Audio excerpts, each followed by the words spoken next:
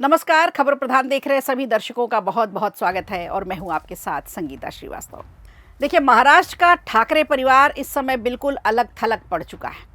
उद्धव ठाकरे और उनका परिवार ये तो देखिए अच्छी तरह से समझ चुके हैं कि बीजेपी के साथ जो धोखा उन्होंने किया सीएम पद पाने के लिए, वो एक बड़ी राजनीतिक भूल थी और उसका खामियाजा अब उन्हें लंबे समय तक भुगतना पड़ेगा, वरना अभी भी वो सत्ता में होते।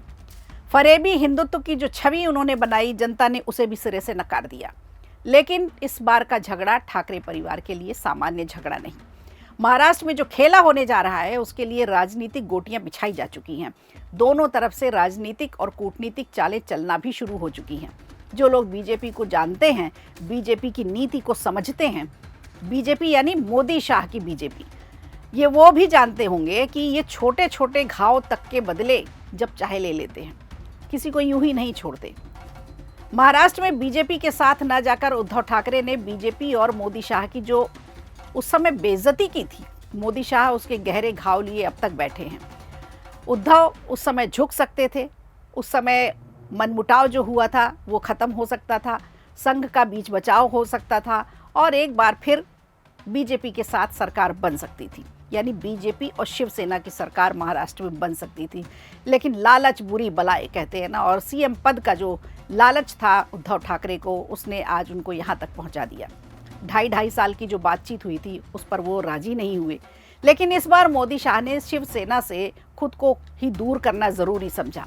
अब जिस तरह से राजनीतिक हालात उद्धव सेना के हो चुके हैं, उसके लिए ये ज़रूरी था कि अब मोदी शाह की जो जोड़ी है अब महाराष्ट्र में अलग ही धारा में राजनीति कर रही है। आने वाले दिनों में ठाकरे परिवार के लिए राजनीति का हो सकता है सबसे बुरा दौर शुरू हो जाए। उद्धव जानते हैं कि उन्होंने मधुमक्खी के छत्ते में हाथ दे दिया है, इसलिए अब विकल्प वो अब तेजी से ढूंढ रहे हैं और खुद को एक ऐसे फ्रेम्ड में पहुंचाना चाह रहे हैं जहां वो बिल्कुल सुरक्षित रहें। जिन्हें लग रहा है कि हिंदूवादी शिवसेना थी तो अचानक सेक्युलर क्यों होना चाहती है, तो उसकी वजह भी यही है, मोदी शाह ने इनके इरादे भांप लिए हैं। अब अस्तित्व बचाए रखने की बात उद्धव ठाकरे की है। इस देश में पिछले 30 सालों से राजनीति का जो ट्रैक चल रहा है उसे अगर हम देखें तो मोदी शाह की जोड़ी से जो भी भिड़ा है उनके सियासी करियर लगभग ख़त्म हो गए हैं। ये दोनों अलग ही तरह की राजनीति कर रहे हैं। विपक्ष की बात करें तो गुजरात में एक ज़माना था जब केशुभाई पटेल की तूती बोला करती थी। बीजेपी में अटल आडवाणी से बढ़कर कोई भी नहीं था और आडवाणी तो सर्वे सर्वा थे। संजय जोशी गुजरात में एक बड़ा नाम थे और सुषमा स्वराज दिल्ली लॉबी की एक बहुत ही मजबूत महिला नेत्री थी। नितिन गडकरी की अगर बात करें तो उनका भी अलग ही दबदबा है राजनीति में। महाराष्ट्र से लेकर दिल्ली की राजनीति तक उनका अधिकार देखा जाता है। और इस समय जो हमारे रक्षा मंत्री हैं राजनाथ सिंह, अगर इनकी बात करें तो अटल सरकार में भी बहुत महत्वपूर्ण ओहदे उन्होंने निभाए। और सोचिए, अगर इतने बड़े बड़े धुरंधरों को साइड कर दिया गया है, कहीं आपको इनके बयान नहीं दिखते, कहीं इनका अपना कोई वक्तव्य नहीं होता, तो अगर ये लोग एक साइड हो गए हैं तो मुश्किल ही नहीं, उद्धव ठाकरे के लिए तो बेहद नामुमकिन माना जाएगा कि महाराष्ट्र की राजनीति से लेकर के अब वो दिल्ली की सत्ता तक कहीं पहुंचे। कोई भी आम राजनेता ऐसा नहीं कर पाएगा। कई लोग इसे तो ईश्वरीय कारनामा भी मानने लगे हैं और 21वीं सदी के भारत की सनातन संस्कृति की बाट भी जोह रहे हैं, क्योंकि मोदी शाह की जोड़ी ने कई सारे काम ऐसे किए हैं जिससे लोगों की उम्मीदें बन गई हैं, जिसके लिए कहा जाता है कि विश्व गुरु बनेगा भारत एक दिन। बहरहाल मोदी शाह की इस जोड़ी ने हर राज्य में विरोधियों को एक एक करके किनारे तो लगा दिया है। अभी हाल ही में बंगाल में जो चुनाव हुए वो भी हमने देखे। ममता बनर्जी की इतने लंबी सत्ता बेदखल हो गई। वो अटल बिहारी वाजपेयी की सरकार जब थी तब सब कुछ ठीक ठाक चल रहा था, लेकिन अटल बिहारी वाजपेयी की हो सकता है कुछ नीतियां ऐसी थी कि सरकार बचाना ही मुश्किल पड़ गया उन्हें और वो चुनाव भी हार गए। 6 साल के पीएम 120 सांसदों तक ही सिमट गए। अटल जी की हार अपने आप में बेहद आश्चर्यजनक करने वाली हार थी। उस समय भी जो लोग थे और राजनीति को अच्छी तरह से समझते हैं और उनको याद भी होगा कि बीजेपी की हार उस समय बीजेपी के लिए ही नहीं, देश के लिए भी एक धक्का थी। किस तरह से अटल जी सरकार चला रहे थे और अचानक धराशायी हो गई थी सरकार। पूरे भारत में भाजपा का शाइनिंग इंडिया चल रहा था, लेकिन किसी ने सोचा नहीं था कि ये शाइनिंग इंडिया अंधेरे में तब्दील हो जाएगा। लेकिन परिणाम हार के रूप में मिला। ये बहुत बड़ा धक्का था बीजेपी के लिए। लेकिन कहते हैं ना, दूध का जला छाछ भी फूंक फूंक कर पीता है। इस बार ये जोड़ी वो गलती नहीं करेगी।